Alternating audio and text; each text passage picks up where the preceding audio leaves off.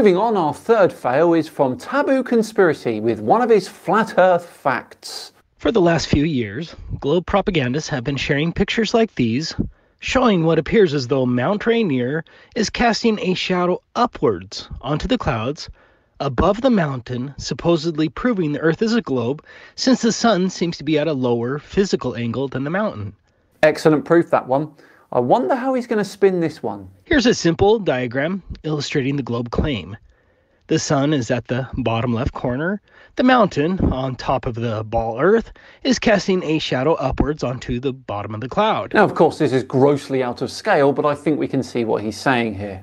If we compare my diagram to an actual photo of Mount Rainier, the globe claim seems plausible, but the claim is entirely false, and instead proves the Earth is flat. Oh, of course it does, Taboo. Of course it does.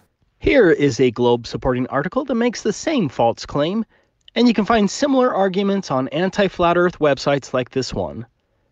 Now, the YouTube channel P-Brain absolutely destroyed this juvenile globe argument with actual time-lapse videos filmed from the tops of mountains. I'll have a link to P-Brain's videos on the subject in the description. In short, based on actual time-lapse footage filmed from the tops of mountains, mountains always cast a shadow downwards onto the clouds. If the clouds are below the mountaintop, then yes, but some clouds form over 12 kilometers up, and that's 4 kilometers higher than Everest. There is no upward shadow time-lapse filmed from the top of a mountain. But when the mountain shadow is filmed from below, it appears as though the shadow is pointed upwards based only on perspective. But those clouds are above that mountain. Your theory falls apart in a single photo. P-Brain has a great little diagram at the bottom of the screen showing how the mountain shadow is casting a downward shadow onto the lower clouds, which is supported by the actual video footage. But when someone films this from a lower vantage point, perspective creates the illusion that the shadow is pointed upwards, when in fact that the shadow is pointed downwards. But look at the shapes of the shadows. When the clouds are below the mountain, the shadow gets thinner the further away you go, as this is the actual shadow of the mountain.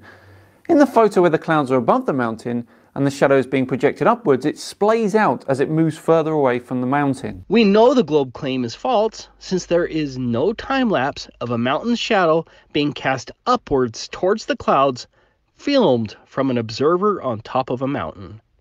But what I think is important is the fact that because there is never an upward shadow filmed from an observation point on top of a mountain, the globe has to be false. No, it doesn't. It's just not been done. These time-lapse videos prove the Earth is flat. But something else has been overlooked in this debate. Let's get back to my diagram. Let's take away the mountain and lower our shadow. Do you see the problem of the globe? There should be a massive Earth bulge casting an upward shadow onto the clouds. In fact, if the globe were real, we'd see this upward curved shadow cast on the clouds on a frequent basis, looking something like this.